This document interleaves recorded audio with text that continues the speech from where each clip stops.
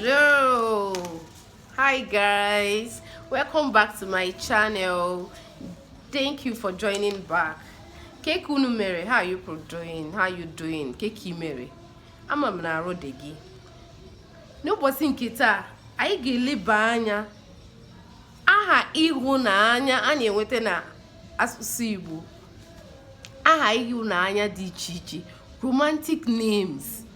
Ị chọrọ ide akpọ nwunye gị, di gị, enyi gị nwanyị, enyi gị nwoke, onye ị chọrọ ide akpọ ya aha ụtọ ahụ. Ị chọrọ ide akpọ ya aha ụtọ ahụ. Ị chọghị iji aha bekee wee kpọ, ị chọrọ iji aha Igbo wee na-akpọ ya. I got you covered. Gee ntị ka ịfụta aha dị iche iche, aha ụtọ ahụ dị iche iche dị n'asụsụ Igbo. Nke mbụ anyị ga-eleba anya bụ asam. Asam, asam, my beauty. Oh, my beauty, asam. E nwekwara asampete. The beauty zuru ya arụ. Asampete. Obim, obim, my heart. Obim, nkem, my own. Nkem, odim n'obi. He or she is always in my heart. Odim n'obi. Omalicha. Beautiful girl. Omalicha. Omalicham, my beautiful. Omalicham. Akwa nwa. Akwa nwa. You know, etu akwa, egg. Egg is akwa. Iwe kpoze akwa nwa. Akwa nwa. Elebe jolu. Mani ya agakwa olu. Enenebe jolu.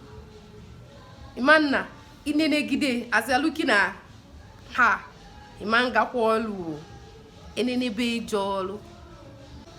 Oriakum, Oriakum. Makuyo putara, Oriakum, the eater of my wealth. Inapu as nwoke, inapu jipati, inewote ego. Ọnọrọ n'ụlọ, idebie n'ụlọ, si alụkwa n'ọlụ, ihe na ebe a bụ gịnị, iri akụm. Ị na-etuzie gịnị, ori akụm. Odozi akụm. Ụfọdụ ndị a na-akpata idebie n'ụlọ na-edeziri gị akụ gị ahụ. Ị na-abata n'afụ ihe, ego ahụ ị na-akpata ihe na-apụta ihe na ya. Iwe na-etuzie gịnị, odozi akụm. He's organizing that wealth for you. Odozi akụm. Ọ bụ na nwunye gị bụ onye a na-edozi akụ gị, mee gịnị, ị na-akpọ ya gịnị, odozi akụm. The organizer of my wealth. Ọmụma asarụ. Ọmakwa ụba asarụ. The reason because she's so beautiful. Ọmaka ọma gịnị, asarụ. She's so beautiful.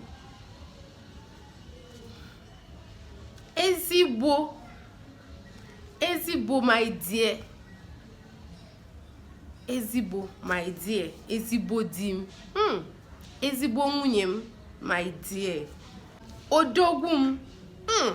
Odogwu. Odogwu. Odogwu. Iwe kpọ akwa anyị odogwu.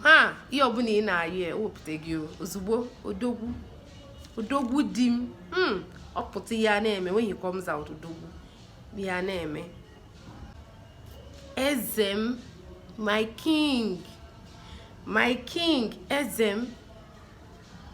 Lolom, my queen. Lolom, my queen. Nwanyị ma obi di ya. Just like maybe your husband just came in, prepare very delicious meal. Otu oge after. Otu oge ya, nwanyị ma obi di ya. You know what that means? The woman who knows the heart of her husband. Nwaanyị ma obi di ya. Nwaanyị nwere ike tụkwa di ya. A lady can also, tụkwa di ya dị afọ ahụ. Nwoke ma obi nwunye ya. Ịtụ afa na relationship ọbụla dị mma. Ị na-etinye ọ na-atọ ọ na-aga nsogbu ama ndị. So họrọ otu afọ ị ga na-etu di gị. Họrọ otu afọ ị ga na-etu nwunye gị, enyi gị nwaanyị ahụ, onye ahụ ị chọrọ ịnụ. Asampete. Ụfọdụ na-etukwa bebi ọkụ. Baby on fire. Baby ọkụ. My jewel.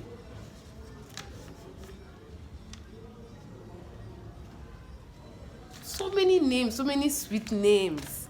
Ị ga na-etu di gị, ị ga na-etu nwunye gị.